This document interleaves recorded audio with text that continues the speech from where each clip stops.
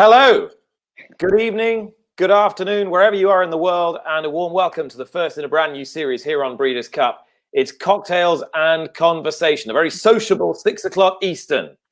If you like to get on it early, it's 3 o'clock out west, and for all you night owls and insomniacs, it's 11 o'clock where I am. Nick Luck coming to you from London, and just the 5,437 miles away in Brentwood, Los Angeles, California, NBC and TVG's Britney Eurton. Brittany, cheers. Hello, cheers. Oh, I'm prepared. Yeah, with a fancy wine glass. Mustache. Look at that.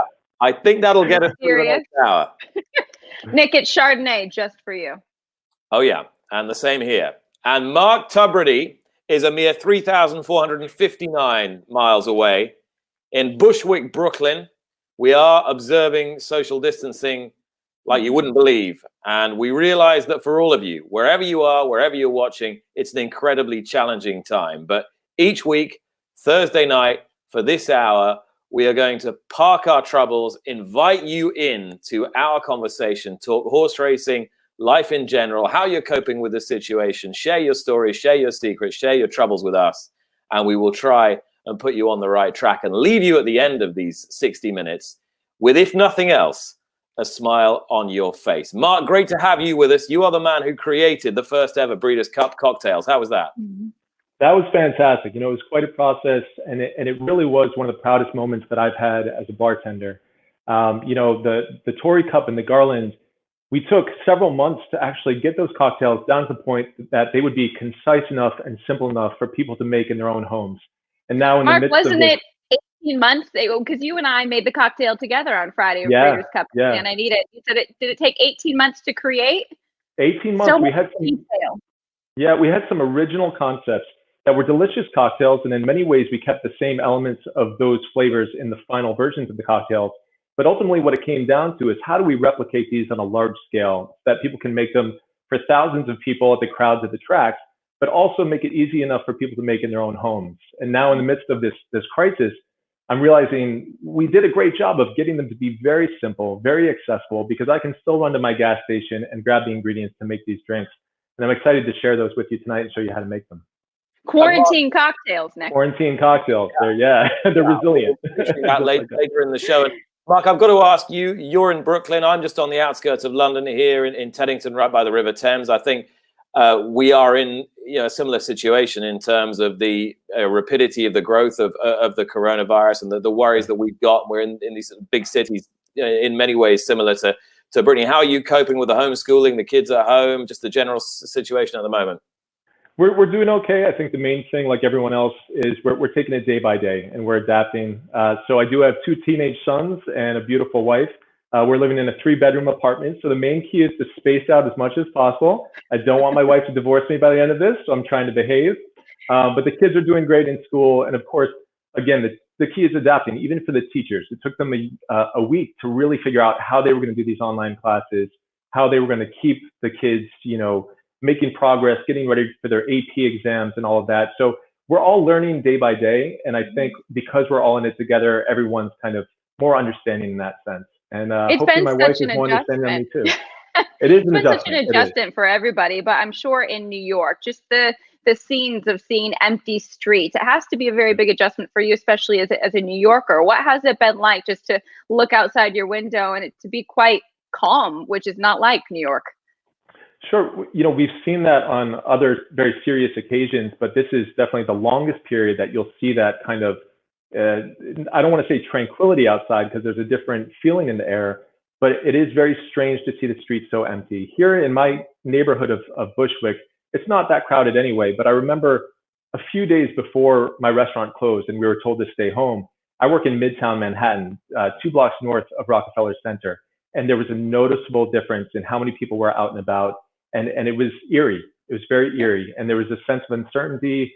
And, even the places I was going to, have a quick bite for lunch, on my break, they weren't sure if they were going to be open the next day. And that's the reality of where we're at right now. Yeah. And Mark, the place where you work is inextricably associated with horse racing as well. It's not an accident that you're here with us today. Just tell us a bit more about 21 and the history with racing. Yeah, sure. The 21 Club is one of the country's most historic former speakeasies. We still have a Prohibition-era wine cellar downstairs where they stored the liquor at that time and where they hid the liquor from federal officials. But as with so many things at 21, we have longstanding traditions, everything from toys that are hanging from the ceiling inside that are gifts from regular customers to a wonderful collection of jockeys that are standing kind of on guard out front in front of the restaurant. And again, that's a wonderful tradition that started back in the 30s. A gentleman by the name of J. Van Irk, stable owner, he wanted to say thank you to the original owners, Jack Crenler and Charlie Burns. So he donated this jockey with his stable colors, and it started this tradition that's going on to this day. The most recent jockey that we were given was by Zayat Stables when American Pharoah won the Triple Crown. And then, of course, he went on to be the first horse to win the Grand Slam of racing. So it was very exciting. I remember working that day when he won the Triple Crown. It was nuts at 21. I think everybody remembers exactly where they were when he won the Triple Crown. Right? It's just, it's one of those things will be, you know, etched into your memory for years to come. I can't believe for as often as I go to New York, because it is probably my favorite city on the face of this planet. Sorry, London. I've never been to your restaurant. I've never been, but I know exactly about the jockeys leading up the stairs. It has a very special feel to it, at least from the outside. It does. And it's a very... I'm sorry, Nick. Go ahead. No. I was going to. No, Mark, carry on. We've got plenty of time to talk to Brittany. I was going to say it's very much a family vibe at 21. You know, it's one of those establishments that you walk in and you instantly feel at home. We have customers that have been coming for decades. We have a gentleman that works at the door that has been there for 43 years, maybe 44. Wow. So he talks about Frank Sinatra like, oh yeah, I remember Frank. You know, so it is this incredibly historic establishment. Exactly. But it's not pretentious. You know, it really is a comfortable environment. And again, you know, it's a living museum in so many senses. So one of my favorite things is when someone walks in and they have no idea what the history is, because you're basically like dropping this huge surprise on them. So they look at what's with the jockeys, and you dive into that story and you talk about this ongoing tradition that's been going on for 70, 80 years. And it's a thrill to be able to do that alongside serving them a great drink and, you know, having conversation with them. But it really is a special place. So as soon as things get back to normal and you're in New York, I would love to have you by, and Nick, you as well. Yes, so I'm taking you up on that. Yeah, absolutely. Thank you very much. We are right there, and we're just dreaming, really. We're dreaming about the fall and what might come at the end of the year and getting back on the racetrack. Britt, for you, the last 2 weeks have been extraordinary, really, because first off, you were in contact with a guy who went public as having tested positive for coronavirus. So you had to self-isolate for 14 days, took you off the TVG roster. You're back on now. You've got this tie-up with NBC Sports that's coming again this weekend. Yet, bit by bit, the tracks around the States are stopping racing. So you're in a bizarre position, to say the least. Uncharted territory is, I think, the best way to describe it. There's a lot of uncertainty, and every day is different. Every day it seems like something's changing. I was at Oaklawn Park for the Rebel, and you were speaking of, I interviewed the coach of the New Orleans Saints, which was a real honor of mine. Really wonderful man, and it was such a pleasure to interview him. But he did, being a public figure, wanted to make people aware of the coronavirus and how serious it can be, and to take it seriously. So he publicly came out saying that he had tested positive for COVID-19. So because of that, quarantined for over 14 days. I was lucky that I didn't have any symptoms. So grateful that I could get, you know, back on air. Today was my first day back with TVG. I did feel like I was brushing off some of the cobwebs. I mean, 2 weeks seems kind of like 2 months, I think, in the broadcasting world, but it was really fun to get back because I think, and you two might feel the same way, getting into a routine is really helpful right now, or you get a little stir crazy. Well, I think Mark and I have our routine made for us each and every day. People with children. I don't know how you found this advice, Mark. People suggesting taking up a musical instrument or learning a third language or fourth language. I mean, well, you've got a piano right behind you. Musical instrument at any point of the day that's not, you know, your daughter's recorder that she's left on the floor is almost impossible. Yeah, it's funny because music is my first love. So I do have, like Nick, I've got a piano over here, out of shot here. I've got guitars and decoration. Oh yeah, if you touch it, it just falls apart. So that's one of the things I've done to keep busy, trying to stay fit, you know, get some exercise in if I can. I have been doing a fair amount of organizing around the house. So, I mentioned my wife was feeling a little under the weather, so she wasn't really keeping an eye on the organization that I was doing. And one of the keys, like when I realized that she was feeling better, was when she walked outside, she looked at the cabinet and she said, "That doesn't go there." I said, all right, you're doing better. Okay, good. right back on point. Right back. Yeah, exactly. I like how it wasn't thanks for organizing, but that's not where it goes. She did think. I don't want to paint a bad light, but now while we enjoy each other's company every Thursday night, and we're hoping to do this for a few weeks yet, we're also hoping to raise important money for backstretch workers and for those families that are most severely afflicted within the horse racing industry by COVID-19 and its ramifications. You can donate at breederscup.com/donate. It's on your screen now. Just the smallest donation is going to make a huge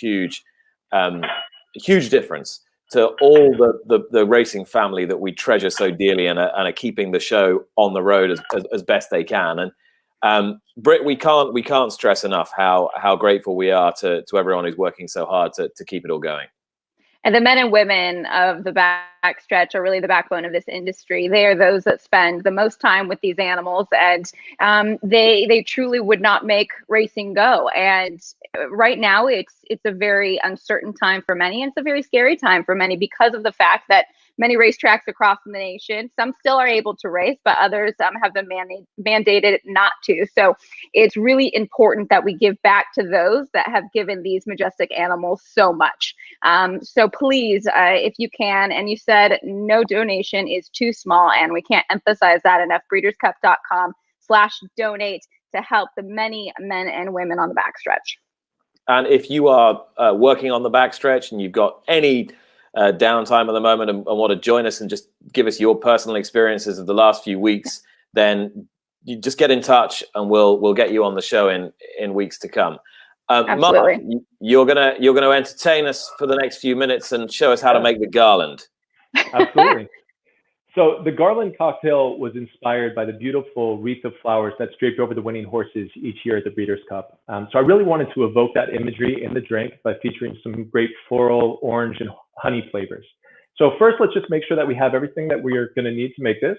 We are going to need some fresh lemon juice. If you have even just one lemon, that's enough to do this. So if you have that you're good. We're going to need honey green tea. So Honest Tea and Pure Leaf both make fantastic versions of this beverage, and they're pretty comparable in the level of sweetness and the flavor. So really either one of those will work. We're going to need triple sec. So maybe you were making margaritas during the first week of quarantine and you have some triple sec left over. This is a fantastic use for it. And we're going to need Tito's handmade vodka, an artisanal vodka from Austin, Texas. We're also going to need something to measure with. Can I give you 10 points? 10 points straight away for the first mention of the word artisanal on this show. Yes. That's great work. That's great work. We're going to have a little counter, the number of times I mentioned it. There'll be a prize at the end.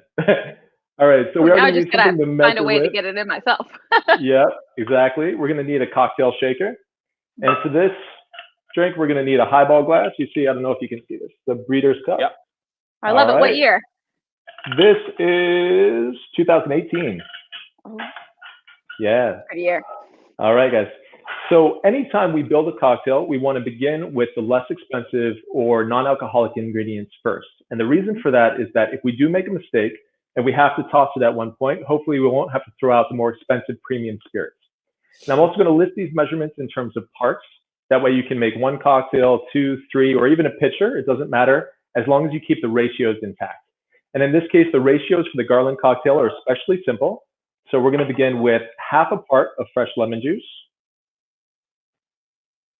So in this case, that's going to be 3/4 of an ounce. Okay. Now, anytime you're using juices in cocktails, guys, you want to make sure they're as fresh as possible, because just like an apple that's been cut and left to sit out, it starts to brown. That's oxidation. And the same thing will happen with your juices. You won't be able to see it, but you will definitely notice that the flavor is deteriorating over time. So fresh is always better. We're going to move on to our honey green tea. Brittany, did you have a question? I was going to say, is there any? Yeah, I did, because before I got a lime squeeze or an orange squeeze, sure. Is there? I felt like there was always so much juice left in that lime or that lemon. Is there any secret technique without a press, to get all the juice out? That's a really interesting question, and you might get more of an answer than you wanted here. But so one way that mixologists have begun to make the most out of that juice that you're not getting from the fruit is actually make something called a citrus stock. Now, I'm not saying everyone has to make this at home, but what really sustainable mixologists are doing is they're squeezing their juices, they're taking that spent fruit and they're soaking that in water, warm water, and they're creating this citrus stock that they can then use to supplement fresh citrus juice or replace it entirely. So that's a really, really good question. There's one place called Trash Tiki, I believe, that does all sort of sustainable kind of get-arounds to making the most out of their products. So that's a fantastic Good to know. question. Thank you. Yeah, absolutely. Hey, you hear that, Nick? A fantastic question.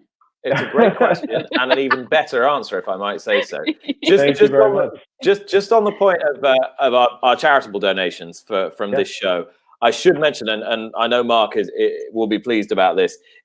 We are giving a portion to the Backstretch workers, but there's also a portion of the funds going to those in the hospitality industry, because so many of the restaurants across the racetracks all across the country, a bit like yours, Mark, have been forced to close, resulting in so many layoffs for thousands and thousands of workers. So a portion of the charitable donation going to service industry professionals as well. So fingers crossed, we and you can raise plenty, and you can do so right on the screen now. Yeah, that's fantastic. And, one thing that I've been so blown away by is the generosity and the way that the whole hospitality industry has really come together to support one another. Spirit brands and distributors have donated incredible amounts of money to support these bartender relief funds. So, I mean, the silver lining in all this is seeing the way that people are really supporting one another. So I feel very blessed to be a part of that community. So the ingredient that I just added was a honey green tea. Now, in this case, I've added 1 part. So remember, we did half a part fresh lemon juice, and now we're doing 1 part honey green tea. So in this case, that was 1.5 ounces. So you're going to see how easy these ratios are. Mark, how about creating a quarantini? I like that, Steve. I'm going to have to get on that. I've seen a lot of great versions of that so far. I haven't come up with my own. So Steve, if you have any ideas or if you have a favorite flavor, you let me know. A dirty quarantini with 2 blue cheese olives. It's so funny because I only dislike 2 foods in this world, and they are olives and blue cheese. So I know people love it. I can't quite wrap my head around it, but so we moved on to a full part of triple sec as well.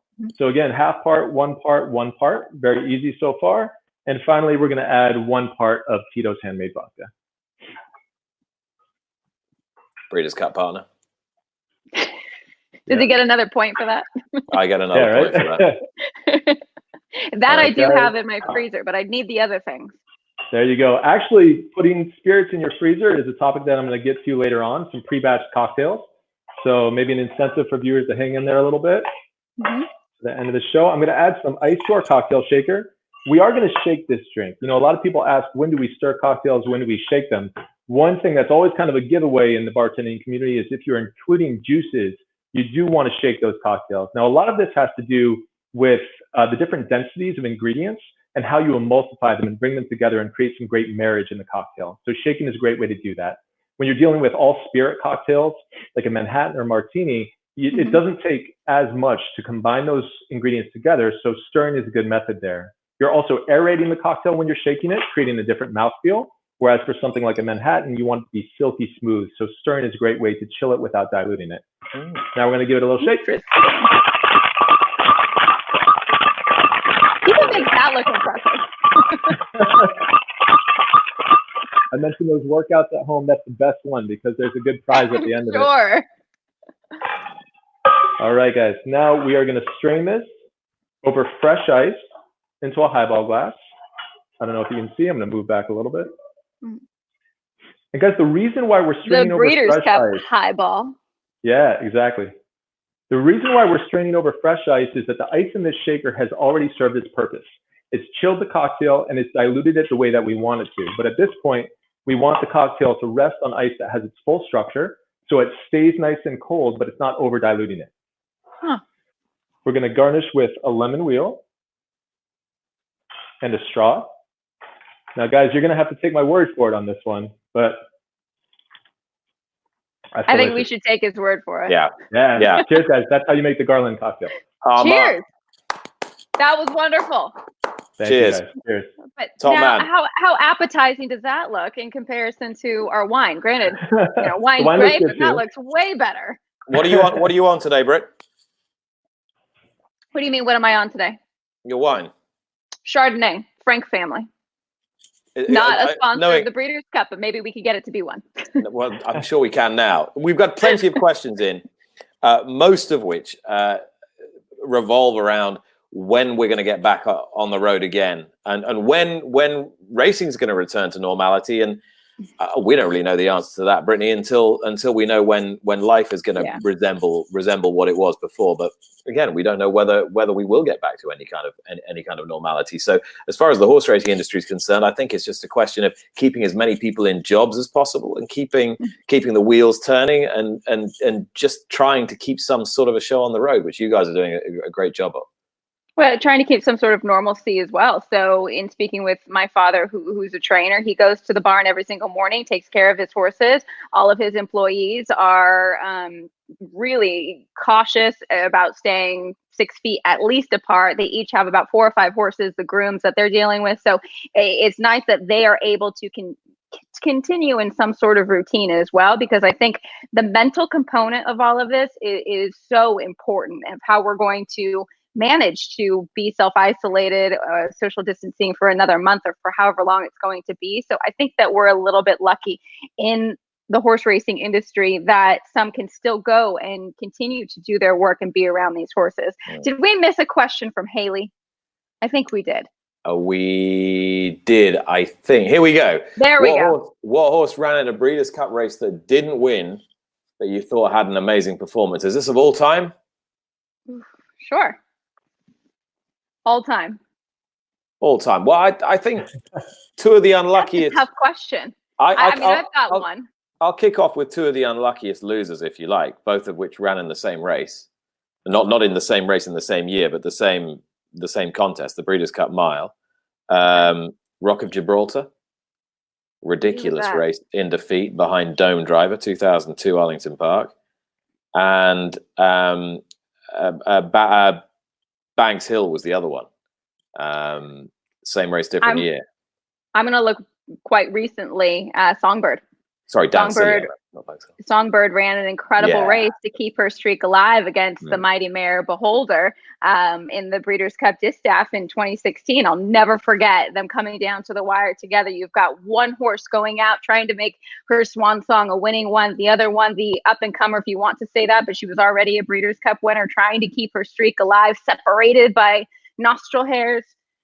Songbird probably. But I it gives you chills. Mark, if you ever get the opportunity to watch it, Breeders' Cup Distaff 2016, Beholder versus Songbird. So good. Say, Brittany, you could be a play-by-play commentator, because that was pretty thrilling, just the way that you described it. I will look that up, absolutely. Can you guess that she was rooting for Beholder? Yeah. No, you couldn't have done from that, could you? Yeah. I'm just such a Beholder fan. Somebody asked the other day, who are your top 4 horses that professionally or personally changed your life or made you fall in love with horse racing? And I was already in love with horse racing, but Beholder, hands down. I had the opportunity of watching her excel because she was here in Southern California. Richard Mandela was so wonderful with bringing her out for the public, and she just had an aura about her, I think. I'm a fan. All right.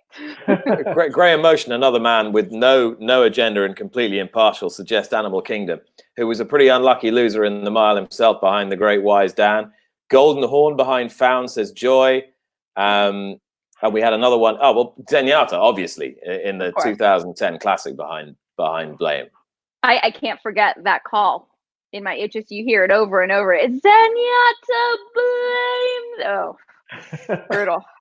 And I've still got somewhere. It might even be here somewhere, but I'll bring it for next week.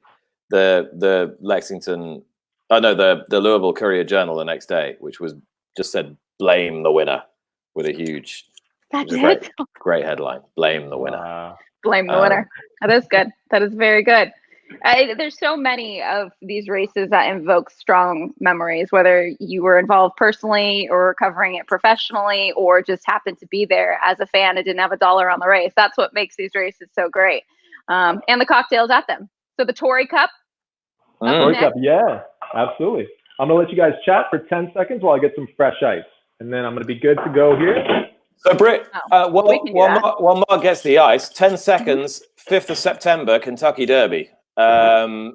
How do you rate the chances of us getting there to Churchill Downs on the 5th of September? And was it the right call to call it early and say, right, we're going to go for that date and everyone else needs to follow on?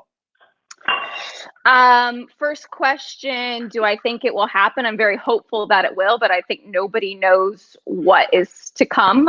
Hopefully we are flattening the curve and on a downward trend soon. I know that's what we're all hopeful for, and getting, as you mentioned, normalcy back in our lives. September 5th, Kentucky Derby. I think it's a great date, not just because it's the day after my birthday, so Kentucky Oaks birthday, but it seems to, I believe, fit in the schedule. And it was far enough away that they thought they could at least give a date there. The Kentucky Derby means so much to the city of Louisville, economically, for the fans, for tradition. I know that they wanted to hold a Kentucky Derby with spectators. Will that be possible? I think that's still an unknown. Will we have a traditional Triple Crown, meaning the Preakness 2 weeks and the Belmont 3 weeks? I don't know. Those decisions haven't been made, but the conversation is fun to have because it distracts us from what's going on in the world. Yeah, you got to echo all those sentiments. Mark, while Brittany was giving a brilliantly succinct answer to two very complex questions, what have you put in that glass? Longer than 10 seconds. Yeah, so I've just filled our glass with ice here, but we are going to begin making the Tori Cup. And the Tori Cup was inspired by the Tori horse sculpture. Of course, a replica is given to the winners of the Breeders' Cup each year. And that sculpture is just so majestic. So I really wanted the drink to have that same regal feeling to it. It features flavors that are both bold and complex, but also smooth and refreshing. So again, let's go through and make sure we have everything we're going to need. We are going to need some orange juice. Freshly squeezed is great, but if you have a commercial variety, that's fine too. We're going to need lemonade. And I created this drink with brands like Minute Maid or Tropicana as a reference point. Feel free to make the lemonade at home. That's actually great. Just make sure that you keep the sweetness somewhere in line with those commercial brands. We're going to need sweet vermouth. Now, I love Manhattans, so I always have a bottle of this on hand. And we're going to need Maker's Mark bourbon. Delicious in and of itself, but of course, it's a great base for cocktails as well. Again, we're going to need our measuring device, our cocktail shaker, and in this case, some sort of wine glass, or in this case, I'm doing a snifter glass, something celebratory. It's supposed to be a very celebratory drink, of course. Celebrate the winning. Hang on, was that a snifter glass? It was a snifter, yeah. What's a snifter? See, I've never heard of that. What's a snifter? What is glass? A snifter glass? Yeah, so you'll recognize the shape when I put it close. So that's what you would typically put brandy in. Oh, so it's like a brandy glass, okay. Yeah. Yep. But you know, sometimes it's fun to get creative with the glassware that you use for your cocktails. So I've seen. Are you familiar with the drink of Bramble, Nick? With gin, lemon juice. So it has gin, lemon juice, simple syrup, and a blackberry liqueur, like creme de mure. No, I don't really drink, Mark. Oh, okay, I believe it was created in England, and it's a fantastic. I blew right by that, by the way. I was like, maybe he doesn't drink cocktails. I don't know. He's got a glass of wine. I was waiting for him to say, "I don't drink whiskey or bourbon," but it just ended. But anyway, so for this drink, we really do want something celebratory. When I think of a brandy snifter, of course, we're drinking some fine spirits in that, so it seems to fit the feeling here. So we are going to begin with 1.5 parts orange juice. All right.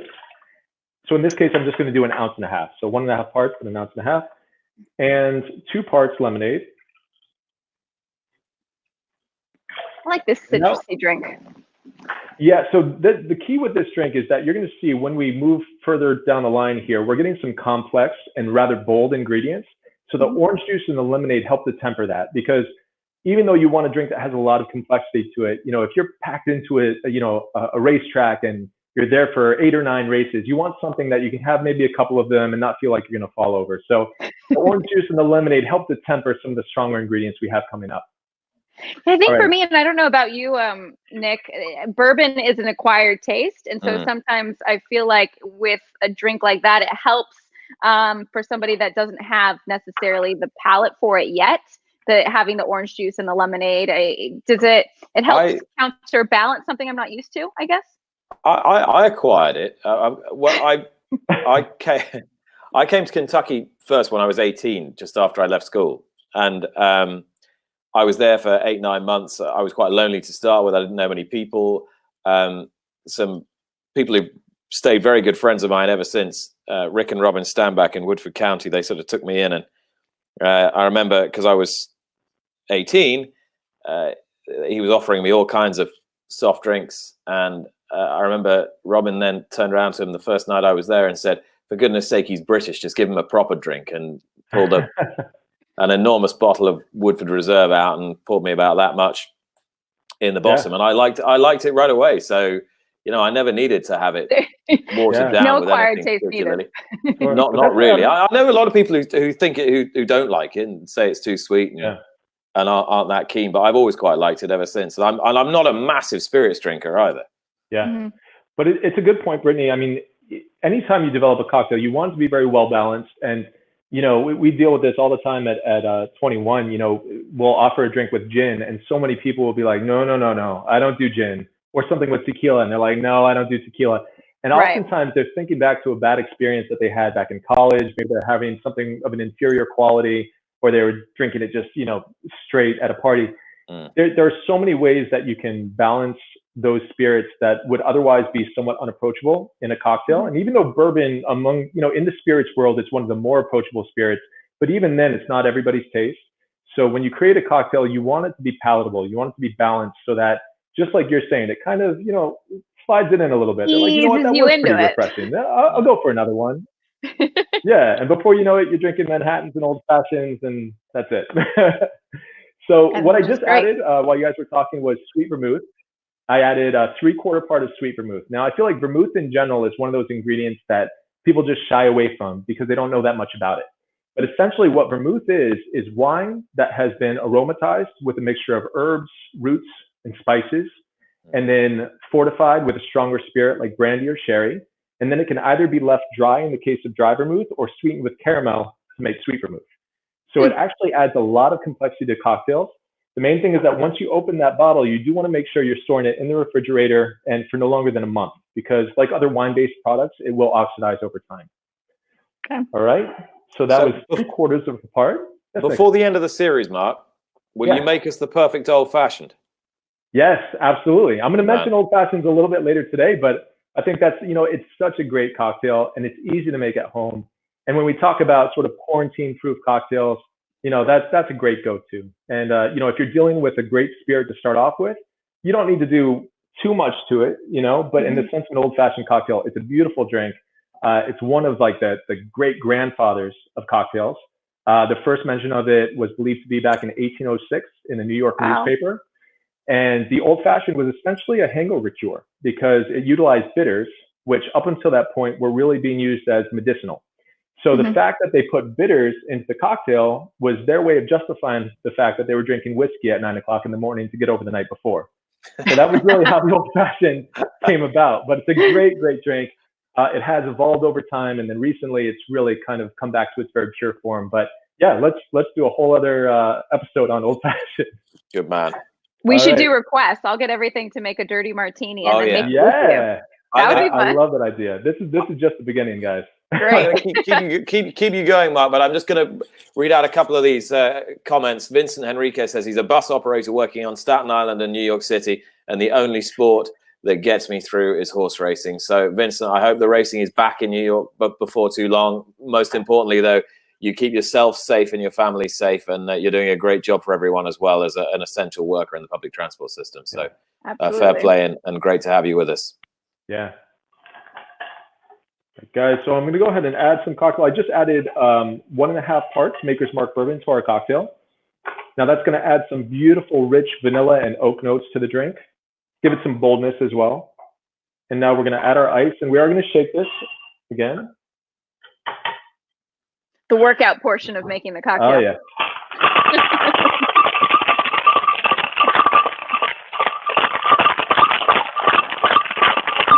I like it because on the webcam, it kind of like blurs that motion. So it looks like I'm going super fast, like a superhero.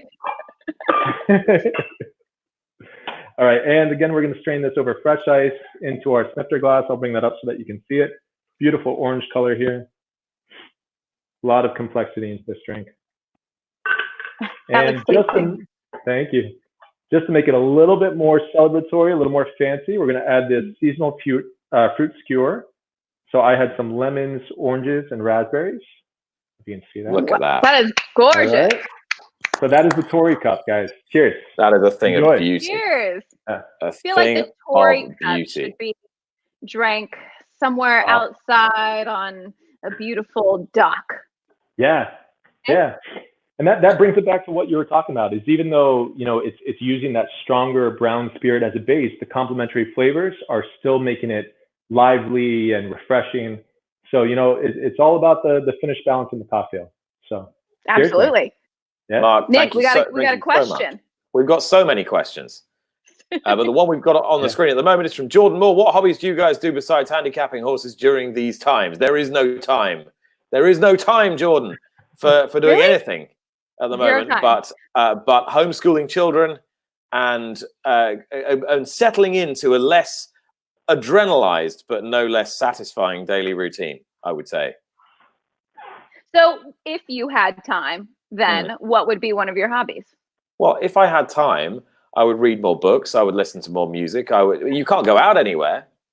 No. So, what do you at home? I'd spend a bit more time in the garden. I'd do all the things you do at home. I'd make some cocktails. I'd try and become a better cook. Jigsaw. Is that a jigsaw? Puzzles. I've gotten really into the puzzles. Have you got one of those big sort of 2,500 piece jobs? No, this is only 1,000. My mom got this for me for Christmas, but I think I need to order a 2,000 piece one. I would feel very accomplished if I finished a 2,000 piece jigsaw puzzle. So if it makes you feel better, I've put the same 4 corners of the 4-piece Peppa Pig jigsaw together several times today. The same piece. The same piece. Paul Lee says, Nick, suggest a drink for when I miss the Pig 6 on the final leg. Well, that's over to you, Mark. Oh, man. You need something to pick you up a little bit, right? Yeah, something with a bit of pep. A little bit of pep. All right, I'm going to suggest a drink that is actually another well-known hangover cure, but it has the same effect of kind of picking you up, which is the Corpse Reviver number 2. So typically it refers to, someone that's kind of feeling it the night before. But Paul, I guess if you really just you missed your opportunity there, maybe you're going to need that same sort of pick-me-up.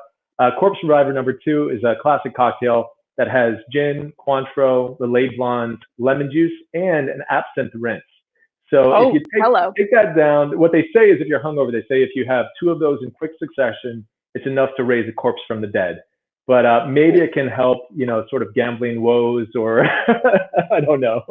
But that would be my suggestion. Help soften the blow, right? Soften the blow. Yeah, exactly. I think you need to challenge us to make one before the season is done. I think I know this gentleman with the next question. Will you deliver? So the answer is to you, Herb. Absolutely. So special deliveries? As someone who's a bit of a foodie, Britt, how are you doing food wise on a daily basis? Are you cooking more, or are you getting your best local restaurants to deliver? Well, during the 14 days where I couldn't leave to go to the grocery store, I had to go off of whatever I already had in my house or do delivery. So I will say there were a couple of nights full of mac and cheese Velveeta. I'm not ashamed about it. But I've been trying to be a better cook. I do enjoy cooking, but for whatever reason, I just end up doing a lot of takeout or going out to restaurants. But since we can't do that anymore, I want to support the local restaurants because when this is all behind us, I want them to still be there. And I think it's really important to do so. So ordering from them and putting a little bit of cooking in the mix as well. Spaghetti and Beyond meatballs for Saturday. That's on the menu.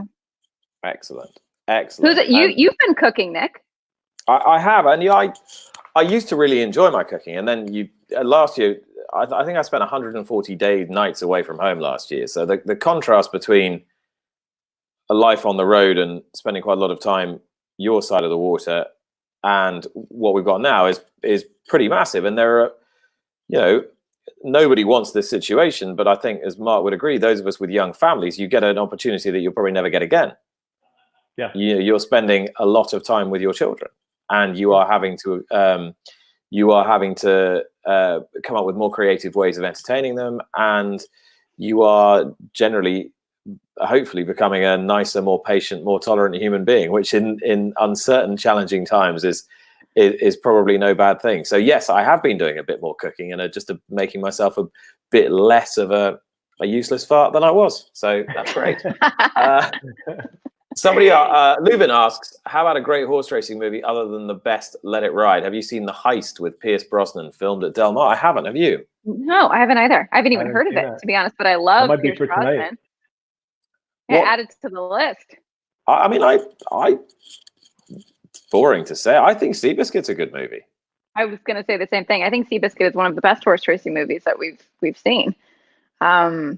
Maybe we're biased. I mean, our good friend Gary Stevens was in it.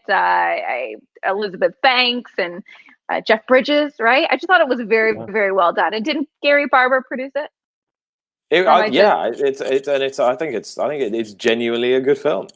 Yeah, I agree. Really good film. So, there's a new movie just come out about a steeplechaser, a horse who. Oh, Dream Horse? Yes, exactly. A horse about Dream Alliance, who was bred on an allotment in Wales, in a fairly rural part of Wales.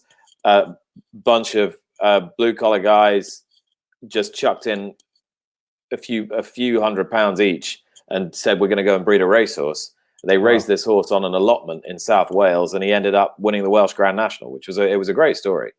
Wow, so that's incredible. With a very pedestrian pedigree and whatnot, but yeah, ended up being that's a great thing about racing. I mean, you look at, say, a horse like California Chrome, who was bred to an $8,000 broodmare and became a 2-time horse of the year and Kentucky Derby Preakness winner, etc. So there is hope that you can get in to this game and have a lot of success with not a lot of money.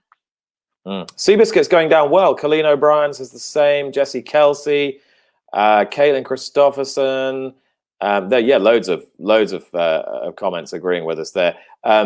Our good friend Mr. Rotundo, Peter Rotundo, says, what horses should we look forward to coming over from the UK and Ireland this fall? Well, so hard to look ahead to the fall, but we want to, because we want to look beyond and see the light and hope that we're going to get some fabulous star horses at Keeneland at the end of the season. And I suppose if there is any kind of blessing at the end of the road, it's that the horses won't have had hard campaigns. Mm-hmm. So I'm only laughing at the new question. Sorry. Yeah. How is your house so clean? Do you play the piano? Can you take a walk over there and just play a few notes for us? Something. Well, if I got my wife or daughter out of bed, either of them would be able to. But my piano playing skills are non-existent, sadly. Laura has promised that she would actually play on one of these shows, but she scurried off. She was doing wonderful. It's great in rehearsal, a bit like us. Question, Nick, Pinatubo, I think one of the most impressive 2-year-olds that we saw last year. Is there a chance that with all of these changes and delays, could we see him back this year? I think if you're going to ask, okay, who is one horse for whom this delay is going to be the most significant, it is probably him. Because he was a brilliant 2-year-old. And if you go by the John Gosden school of thought that the 2000 Guineas is the last 2-year-old race of the season, if you get his drift, then it will be to his disadvantage, Pinatubo's disadvantage, that the season does not start till later. Because physically he looked quite ready-made as a 2-year-old. He didn't look like he was going to, develop into a big imposing 3-year-old. And that gulf in quality or ability between him and his counterparts, his contemporaries, is going to by its very nature diminish.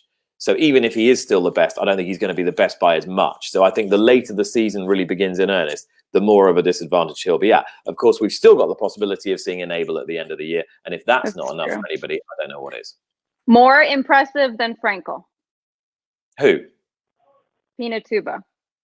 Not for me, no. I mean, yes, he got a higher rating as a 2-year-old based on his win in Ireland when he was pretty striking. But I thought Frankel's Royal Lodge win as a 2-year-old was one of the freakiest 2-year-old performances I've ever seen. And He didn't have to match that to win the Dewhurst, and then what he did later as a 3 and 4 year old. I think, you know, you talk about Frankel, you talk about Secretariat. You're looking at horses who've stretched the boundaries of physical possibility, and they only come along once in a generation. I had to ask, but what were you sneaking over there doing, Mark? What is on that platter? I've got quite an elaborate show and tell for later on. I really wanted to give some viewers, you know, tips on how to make the most use of their ingredients that are just lying around the house. So I guess I might as well lead into it now. Quarantine-proof cocktail. Yeah. Okay. So guys, you saw how easy it was to make those Breeders' Cup cocktails, but those are by no means the only cocktails that you can make during this time that you're pent up at home. In fact, many classic cocktails, the reason why they're classics is because they're so simple, because they're using ingredients that are readily available. So the first thing I want to draw attention to is sweeteners and alternative sweeteners that we happen to have around the house, pretty much either way. So here we have white sugar, demerara sugar. You may have brown sugar as well. We've got some agave nectar, honey, and maple syrup. Now, the first thing I always recommend people do is just make one, you know, a regular simple syrup and have this on hand. You're doing this with white sugar. It's very easy to make. It's going to be equal parts sugar and water in a saucepan, just over medium heat, and you stir that until the sugar completely dissolves. Now, with that simple syrup, if you combine that with lemon juice and any base spirit, you have your basic sour construct. So like a whiskey sour or a gin sour. And from that, you can create any number of classic variations. So, you know, with vodka and gin or brandy, you can create a French 75 or do a Collins. You know, so many things that you can do just with the simple syrup by having that readily available. Yeah. Impressive. Now, if you use the same sort of process of creating the syrup that you do that with the demerara sugar, that gives you this demerara syrup, which is perfect for richer cocktails like aged rum old fashions or whiskey old fashions. So this is great to have on hand as well. Now, I happen to like my margaritas just with triple sec lime juice and tequila, but a lot of people like to put some agave nectar in there too. And it makes sense. Tequila is made from the agave plant. So this agave nectar does yield a little bit more richness and depth of flavor. So that's a great thing to have on hand as well. Now, when we get to things like honey and maple syrup, these are great for variations on cocktails. So I like to do a maple bourbon old fashioned, really, really delicious with high quality maple syrup, great bourbon like Maker's Mark, and then some bitters, whatever you have on hand. I like Fee Brothers Black Walnut bitters for that, but you can do Angostura if you have that around the house. And with honey, the only thing is that you do want to turn that into a little bit of a syrup, because in this consistency, it will stick to the inside of the shaker. So you just want to add a little bit of hot water to that, thin it out a bit so that it blends well with the other ingredients. But with this honey, you can make a bee's knees cocktail. That's a Prohibition era cocktail that was a variation on a classic gin sour. So if, you know, I asked you an hour ago, can you make a bee's knees at home? You'd probably be like, no, but maybe you can, you know? So that's pretty cool, you know? Yeah, exactly. Yeah. So that's really what this is all about. I've got a couple more trays here I'll try to work through relatively quickly. But at the end of this, I'd like for you to be able to look around your kitchen and be like, man, I could make that cocktail and that one and that one. So now we're going to move over to some I think people would be surprised by how much they actually have, because sometimes you feel a little overwhelmed, like, oh, a cocktail, that's a lot more difficult to make than just pouring a glass of wine, but not the way that you're framing it. You know, there's a lot that you can use in your pantry or your freezer. You're absolutely right. And I don't know what it says about me, but when I open the refrigerator, I see cocktail ingredients, no matter what it is. But all right, so we're going to move on to a tray of some ingredients, many of which you may not even think to put in cocktails. But let's take a look at them and how we could possibly make them work. So here we have almonds, sliced almonds. Now with this, you can grind those up, combine them with water, and form a fresh almond milk once you strain out the solids, right? You can use that almond milk for any number of things. It's a great dairy substitute, but it's also the base for a classic syrup called orgeat, which I have right here. You can see that milky consistency. Wait, one more time? What is it? It's called orgeat. It's spelled O-R-G-E-A-T. So a lot of people kind of pronounce it different ways, but I believe the pronunciation is orgeat. And this is... Glad you cleared that up, Mark. You know, I'm trying. A little bit here and there. But orgeat is a fantastic, classic tiki cocktail ingredient. So you'll see this in a lot of tropical cocktails. And my favorite is the classic Trader Vic Mai Tai. It's a great rum cocktail. Don't think of grenadine and pineapple juice. None of that stuff was in the original. I don't want to get too much into the history of the Mai Tai. That's a whole other episode right there. But it is a fantastic syrup to have on hand. So that's one way to use your almonds. Now this one may surprise Graphics you team guys. is working hard today. Yeah. Yeah. All right. Now we've got some yogurt here. Now yogurt, you may not think to put that in anything but parfaits, but recently in the mixology world, we're starting to see yogurt used more and more, shaken into cocktails. Yeah, the graphics team is on point right now. They really are on point. Shaken into cocktails to create a creamy consistency, but also a signature tartness that comes from the yogurt. So try that out. If you have some yogurt, put a scoop into your cocktail, make sure you shake it up well, and give it a try. Now we're going to move on to pomegranate juice, full of antioxidants. So we could all use a little bit more of this right now. But pomegranate juice is actually what you need to make an authentic grenadine syrup. So you're going to combine pomegranate and some sugar in a saucepan. You can add some orange blossom water if you have that, but if not, don't worry about it. But you can even see that in the name. Grenadine comes from granada, which is the word for pomegranate, I think in French. But so that can be used in classic cocktails like a Jack Rose with applejack, lime juice, and grenadine, or a Presidente cocktail, which is delicious. That's with white rum, some orange curacao or triple sec, dry vermouth, and the grenadine. So great way to use this if you're not going to drink it all. Now I'm going to move on to some fresh fruit here. Got some strawberries. Now I know that we see fresh fruit go into cocktails all the time, but the reason why I'm bringing this up is maybe you grabbed a whole bunch of groceries and you're trying to stock your refrigerator up in preparation for this craziness. And now you realize you have a lot of fresh produce and you're worried that it's going to go bad. So what do you do with it? One of the best things that you can do is turn it into a syrup that's going to preserve it. And you can now use that syrup to flavor margaritas, daiquiris. You can put it on pancakes too if you want. Champagne? Could you make a Bellini? Yeah, you can do that with Make peaches. Bellini with Absolutely. Yeah. So now here I had some extra raspberries. So I turned it into this delicious raspberry syrup. Yeah. And I'm going to use that later on this week for Clover Club cocktails, which have gin, lemon juice, the raspberry syrup, and egg whites, which leads me to my next item. We have eggs. My real question, though, is, Mark, how do you get anything done when you're constantly making cocktails and drinking them? Most of this happens just in my head, but I still try to institute a 5 o'clock start time on this world. But eggs, ladies and gentlemen, yes. What got you started on this? When did you wake up one day and say, I want to make cocktails? Well, I started bartending about 11 years ago. And at first it wasn't like a passion. It was a day job. But I think I'm kind of hardwired as a person to want to get better at whatever I do.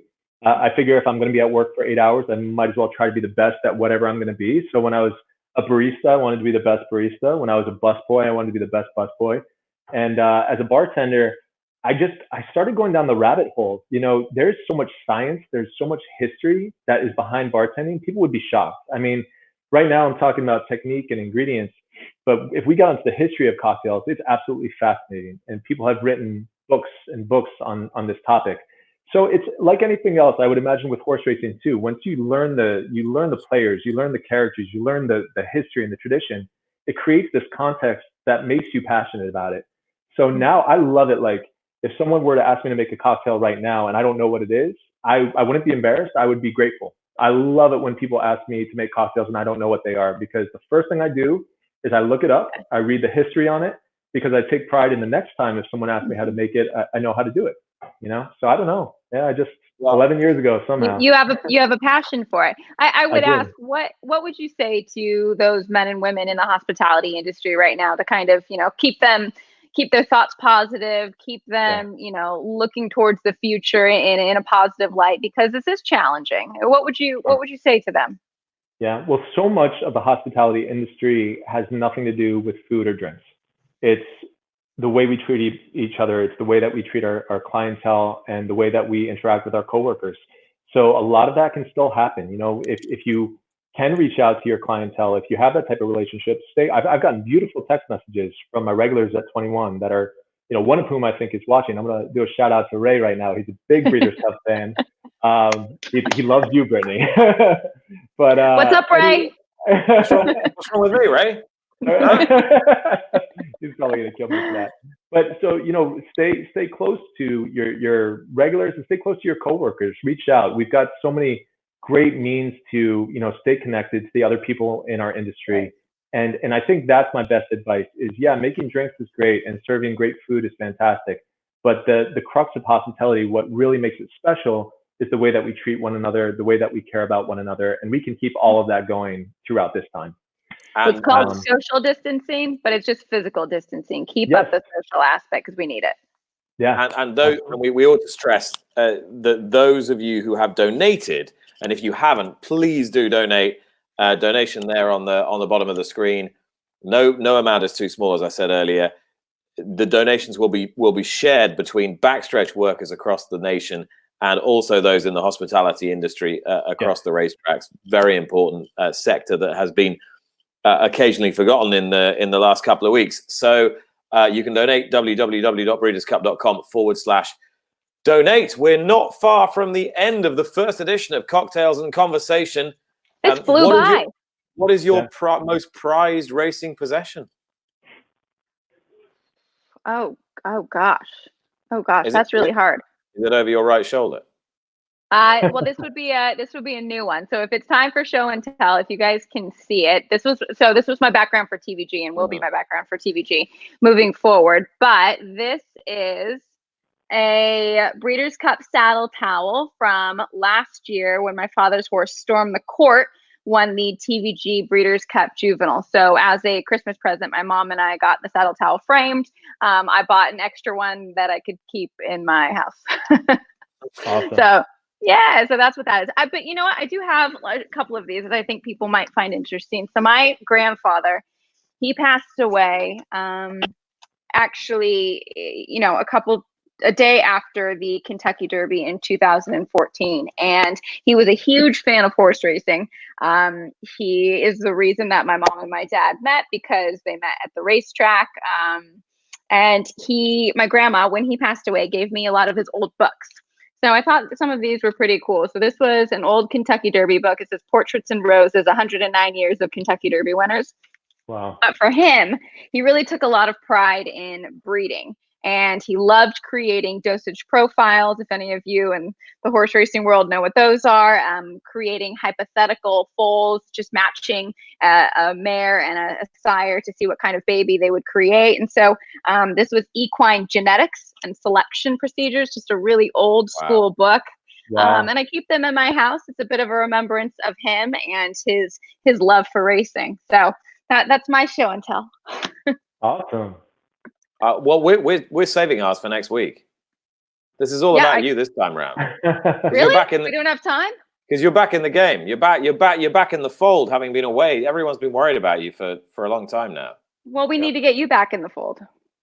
Well, I'm here. I'm gonna request to have you on air. It's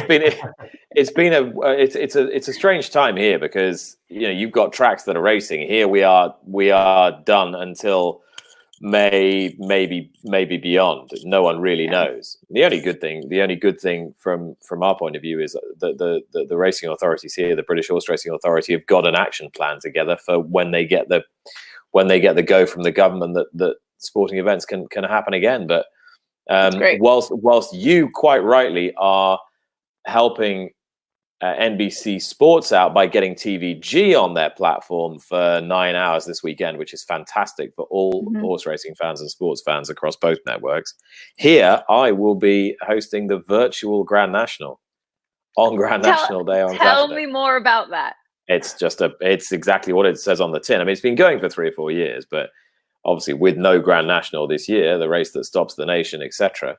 That is what's going in its place on network at 5 o'clock, which is insane, really. So we shall see what kind of audience it gets, because it's not as though there's no racing, there's no sport, there's no live sport, and there's no real live TV event for anyone to rally around. So everybody's at home and they just want something.